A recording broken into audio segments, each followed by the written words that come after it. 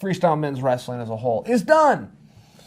It is said that this was the best team that the United States of America has ever put forward. I personally agree with that statement.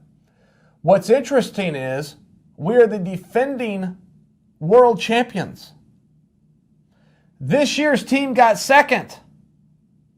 I'm still telling you this is the best team that we've ever had.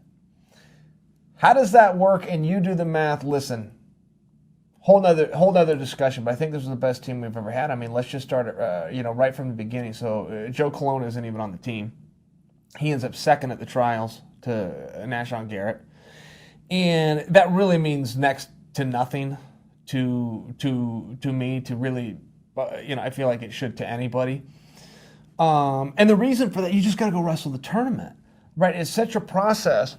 You get to this world meet, and we as a wrestling community have all just agreed that one time a year we'll figure it out. And whatever happens on that specific day, we'll let ride throughout history, which no other form of combat does, right? If you are a world champion fighter, anytime you get into the ring, that world title is on the line.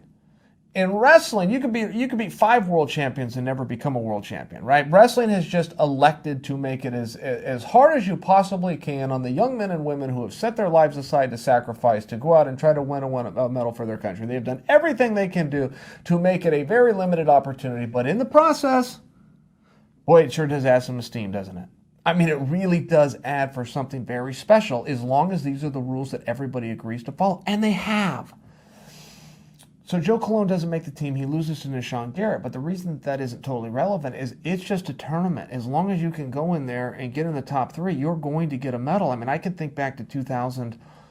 I think of the year. It was 2001 when Chael Sonnen made the team and didn't go to the World Championships. So Brandon Agam did, and Brandon Agam jumped himself right into the finals and brought home a world medal. The point I'm trying to make for you is those guys that are at that level, whether you're 1, 2, or 3 from some of the top countries, the U.S. being the defending world champions, if you're anywhere in that mix on any given day, you can be 1, 2, or 3 in the whole world. 1, 2, 3, 4, 5 on any given day. And this is exactly what Colon had to do.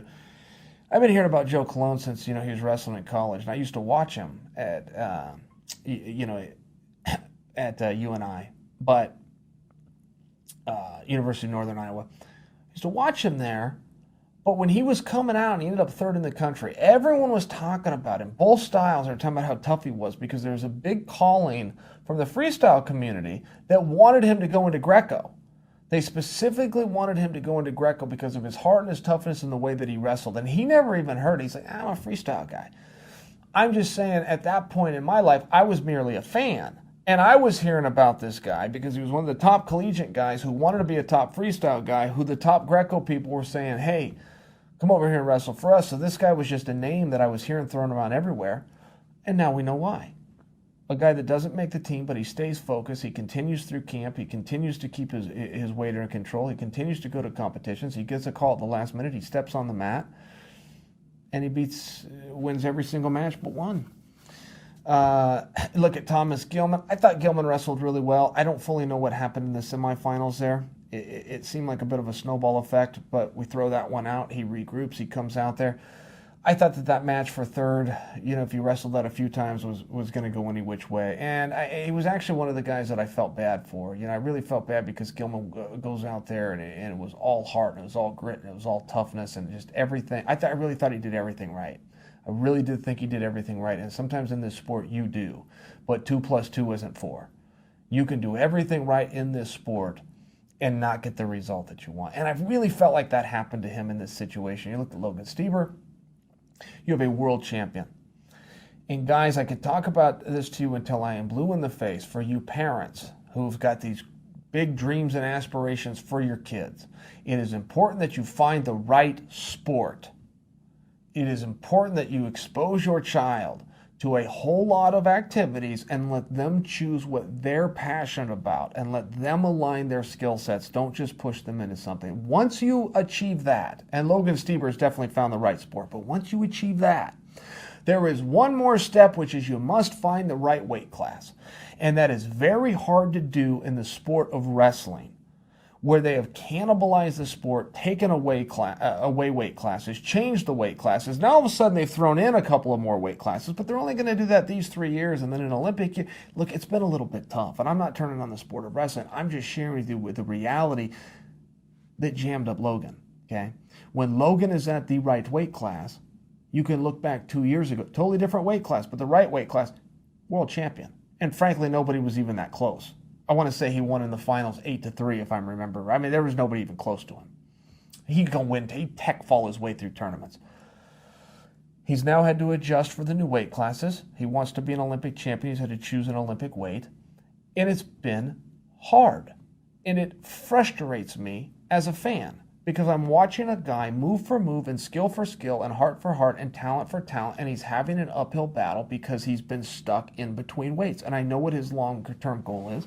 I know he's looking at it with his coaches and going, look, I'm a younger guy.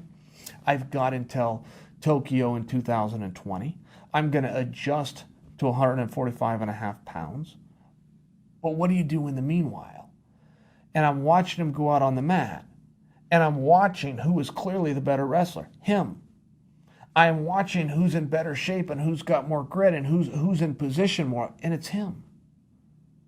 But I'm also watching a smaller guy struggling with stronger opponents. So, not for nothing, but it was a damn hard draw to come right out of the gate and have Russia too. But in case you guys missed it, that's what happened with Steber. So, move up to 70 kilograms in James Green, and James ended up going 1-1. He ended up going 1-1. And Shane Sparks was on the call with Andy Rovod, and Shane Sparks was very animated with James Green's performance. Shane Sparks nailed it. James Green, for whatever reason, just didn't get going. He just didn't get that offense going. And if you guys remember a year ago, it was the opening round, Jaden Cox never got his offense going. Squeaked through that match, goes into number 2 and gets beat, and then all of a sudden he comes out like a guy lit on fire and nobody can even touch him. That's just a real thing, and I just offer you that example because it's a very real thing, and you don't want it to happen in one of the biggest athletic performances of your life on national TV with commentators in the world watching. But I did feel that happened with James Green. I've just seen him wrestle so many times, and I've seen him wrestle so much differently, with so much more urgency. And in his second match, he was still very competitive. James Green's best wrestlers in the world, any which way you want to do it. But the World Championships, when there's a couple of rounds and 3 minutes per round, you've got to have more points than the other guy. And I just felt like he didn't give himself an opportunity to win by bringing some of his skills. James Green is all over you. I mean, he's on guys like white on rice, and he was just a little bit more passive, and it didn't look like he was fatigued. It just looked as though for some reason he just wasn't changing elevation and getting to the legs. Move up, you take a look at Jordan Burrows. Jordan Burrows, amongst the best wrestlers alive, amongst the best wrestlers to have ever lived. And he gets in a dust-up. And he's out. He's got a tough match right out of the gate with Iran. He gets it done. And, Jordan Burrows is the most scouted wrestler in the world. And these guys are learning how to wrestle him. And none of them, or at least very few of them, are coming out with a strategy and a goal set to beat him. They're coming out with strategies and goals to keep it close. If I can shut down 3 or 4 of his takedowns, maybe I can only lose by 2 or 3 points. And that's a big success. But it creates a very frustrating match to have to watch for Jordan, because there's guys out there just trying to stop him from scoring. But he ran into that with Iran in the very first match. The reason I bring that up is now all of a sudden Jordan Burrows is in dogfights, and when you're talking about tournaments, when you're talking about him having to put 3 and 4 and 5 and 6 matches together, the harder the first match is, means how hard the second match is going to be, and then the third and the fourth, when you start adding these up. So when you get these guys that are grabbing underhooks and grabbing collar ties and they're holding position, they don't want to open up, and they don't want to wrestle, they don't want to have to breathe hard, and they know Jordan's going to bring that out of him, and they just shut him down. It's just making him have to work so hard. So he goes into match number 2. He drives Iran first. He goes right into Russia. So the top 3 teams on planet Earth in one bracket are going to have to figure this out in the first hour of wrestling. Okay, fine. It's the way it goes. I'm just setting the stage for you. I'm not offering an excuse, but he comes out against Russia. Everything's going well. There's 8 seconds left when they go out of bounds, and JB is up by 1. Okay? The best wrestler alive, let alone the best wrestler that God ever made, is going to hold a 1.8 second advantage over anybody at any time, and he would, except this one, so they come back to the middle, and we all know at home, okay, Jordan's on to the next round. It looked as though Jordan also thought, okay, I'm on to the next round. Ooh, the Russian sidesteps to the left. He comes back to the right. He's on this high crotch. And this is like the new high crotch. Guys aren't grabbing positions anymore and firing. They're all the really slick ones are making it look like a duck under. Even Kyle Dake does some of this. They make it look like a duck under. They come to this but instead of ducking the guy, they come into this high crotch position. So this is where the Russian gets. And Jordan didn't really respond. And now there's 5 seconds left. And the guy starts to turn the corner and start to come up. And all of a sudden, Jordan realizes, I'm going to have to defend this position. The clock isn't going to save me. So he does. But you can see this. I could see what Jordan was thinking from my living room at home. When he went to turn that position, all of a sudden, the Russian comes up on a single and just starts driving him towards the out of bounds. And as the seconds are ticking off the clock, Jordan's taking a step. 3 seconds, 2 seconds, 1 second. There was 1/10 of 1 second on the clock when he stepped out of bounds. That ties the score up on a push-up 5-5. Criteria goes to the Russian. Jordan Burrows is now in the wrestleback. So the one thing, and you have to understand this, there was 2 matches, the biggest matches that the UWW could possibly put on in the entire year, on the entire face of the planet, was Kyle Snyder versus Sajilov and Jordan Burrows versus Turismo. When Jordan gets beat, he's got to come through the wrestlebacks. On the other side of the bracket, Turismo gets beat. I can't say it. Frank gets beat. Turismo? Frank gets beat. So now they got to wrestle for third. So the second biggest match that you can put on in all of wrestling is going to happen. It's just going to happen for the bronze. And they go out, and this was a dogfight of dogfights. If you could watch one match of the World Championships, I would encourage you. It is not an opening round. It is not a semifinal round. It is not a gold medal round. It is Burrows versus Frank for the bronze. This is what wrestling's all about. And when those guys wrestle, it is such an incredible display of technique and of athleticism, but it also comes down to absolute heart and grit. And I've never seen Burrows lose to Frank, but I've never seen Frank lose to Burrows either. I've just seen time run out. I've just seen one guy have more points when time runs out. Neither one of these guys quits. Neither one of these guys backed down. It was absolutely the best match. The best match. The number one you must go and watch match. But Burrows grabbed the bronze, which was very, very important and very incredible for the country. You move up to Kyle Dake. Kyle Dake outscored the world 37-0. There was one guy in the world that can beat Kyle Dake from where I'm sitting. For me as a fan, the one guy that I'm worried about when I'm watching Kyle Dake is the Russian. The Russian did beat Dake at the Urigan. Dake threw this guy every which way but loose. This guy put pressure on Dake. Dake throws him all through the air, takes him down. This guy gets dirty and headbutts him. The referees called it, give Dake a point. I mean, everywhere you turn around, Dake's scoring points. Finally, the Russian goes for a Hail Mary, and Dake grabs him, says, I don't think so. Chucks him right over the top, and they're done 11-0. Dake moves into the finals, had a hard time scoring on the guy, but good strategy in wrestling. Just don't let the guy score on me. Dake beats him 2-0, makes it a total combined score of the tournament of 37-0, and he leaves with his first world championship. You move up to David Taylor. And when you're talking about David Taylor, it's the same thoughts that went against Logan Stieber. The exact same thoughts that went against it, which is it's important to find the right weight class. David Taylor has finally found the right weight class. He comes out in the very opening match against the defending world and Olympic champion from Iran. And this is just a toughness issue. And as much as I respect that guy, and he is very tough, and I'm talking about the Iranian, I respect him and he's tough and I don't question him at all. He is not as tough as David Taylor. And it was a toughness issue. Technique-wise, sure, he had it. Size issue, yeah, you bet. Strength, the whole bit. When it comes down to tough, who is going to push when the other one's not? David Taylor just simply had the cardio on him, and he broke him for the second time. Ran through that tournament, grabbed a gold medal, showed excitement when he won the gold medal, which for me as a fan was a very cool thing. I want to see a guy that's happy. I want to see a guy that lets us know it's what he wanted, and that's what David Taylor did, world champion.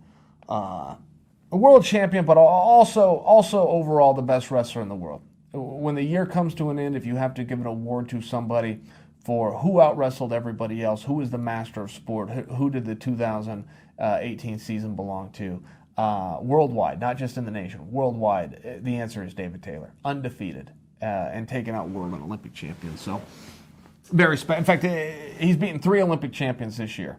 2 are the same guy. Well, he beat the same guy twice, but he also beat the 2012 Olympic champion from Tajikistan. Truly the best wrestler overall that we saw in 2018. Move up to Jaden Cox. Jaden Cox is a force at any weight he goes, but at 92 kilograms, when he comes out and he's ready to wrestle and he's moving his feet and he stays in position, he stays focused. Jaden Cox also has a mean side to him. He's got some real toughness that he shows on the mat. Whereas if you meet him off the mat, he's such a nice and pleasant guy. But you can see it in his eyes. There is a fire in his eyes. Whatever has happened to him in his life, whatever private things they are that create some kind of an animal, he's got it within him and he knows when to bring it out. And you can see that when he wrestles. It's going to be you or me, and every time it's going to be you. When something has to give and you're taking on Jaden Cox, he just wrestled so well. And he never let up. He never had any mental breaks out there. He was focused and prepared, physically and mentally, and he did what we all knew he was capable of doing, which is simply win a world championship. You move up to Kyle Snyder, and the biggest match that wrestling wanted to put on, they planned this whole event around one match, which is Sadulayev versus Snyder, and it was a rematch.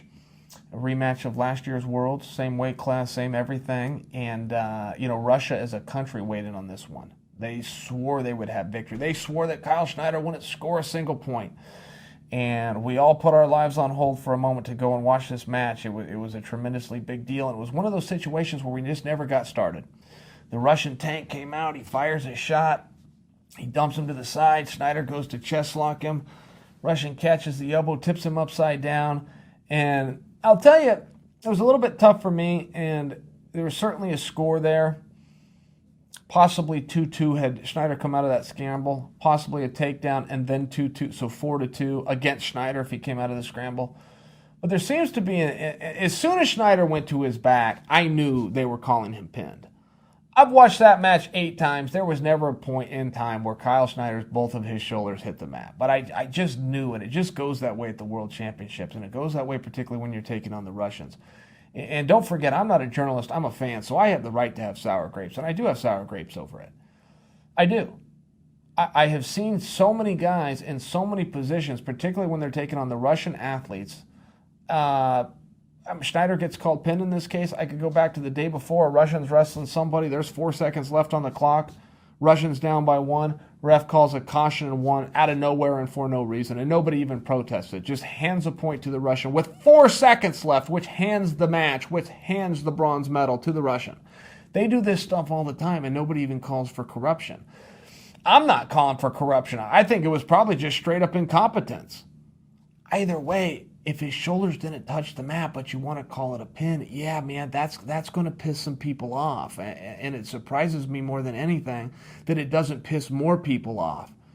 If you can't understand the biggest point of wrestling, which is to put the other guy's shoulders on the mat, if you can't understand that concept and you can't seem to see when a guy's shoulders touch the mat, when they do or when they don't, to miss a pin or call a pin when it's not there, it's a level of incompetence that's beyond frustrating. And I'm not crying sour grapes over the match. I get it, that it was probably going to be 4-2 for the other guy, and he got to his... Whatever you want to do with that. One has nothing to do with the other. If the shoulders didn't touch the mat, and you got 3 referees that are supposed to be the best in the world are calling it for a fault, and this doesn't piss somebody off, I'm the only guy telling you that Kyle Snyder's shoulders did not touch the mat? That's frustrating for me. Where's the support at? And where do you think we're going to get any changes for that? A Russian the day before is losing with 4 seconds and a mystery point just comes up? Just a mystery point. Nobody has any idea what this point is. And you get these 2 other imbeciles? Oh, let's give them a point. Nobody complains. No corner Brit comes in. What is that, a judgment call? Maybe you can't even, because everybody gets the deal, man. It's the World Championships. These referees are either corrupt or incompetent, and we're not going to speak up, oh, it was against the Russian, and they're all a bunch of gangsters, so let's not do anything because they might kick our ass in the back. That's the way it's been for years. Nobody's going to say anything. Kyle Snyder's shoulders were not down. That's what happened, but he was called pinned. You form your own opinion from there. When you go into heavyweight, I really liked heavyweight. So Gwiz ended up third. I have no sour grapes about this. I think if you redo that tournament and you redo that bracket any which way you want to do, Gwiz ends up in the top three. I think the Turk had an interesting run, but you could put him on Gwiz's. Any way you want to do it, Gwiz is going to find himself to a gold, a silver, or a bronze. He is a top three guy in the world. He is the third best guy in the world on a bad day. He's a silver to a gold on a great day. That's just the way that it goes. And he ended up third, and he wrestled his ass off. He had to take out a junior world champion in there. He lost. The match that he lost was a big surprise. I thought that Gwiz wrestled really well, but I don't have, again, I'm not upset about it, man. The guy grabbed him, he threw him, they scored. I thought that it was very appropriate. You know, I really felt for some of our guys, and quite frankly for other countries' guys too, when the right guy doesn't get the medal. Because I know how hard that can be. Oh, they worked so hard, they did everything right, they got all the way here, and something happened. You might even be able to say that, you know, with the Frank and Jordan situation, you know, to say that Frank wasn't a bronze medalist if he ended up on the other side. Yeah, I think certainly he would have been. So sometimes those brackets can get you. I'm so convinced, and I follow that heavyweight class very close. You do that bracket any way you want, anytime you want to do it. Gwiz's top three. He got his third. I went to bed easy on that one. But, you know, as a whole on Team USA, I want to say great job. I want to thank you guys for the medals. I know everybody likes to hang their head when they get second. Not here. We are celebrating this. This was a fantastic team and a fantastic journey. The points can play out the way the points play out, and we can live with the result. But as far as the effort goes, great job, fellas.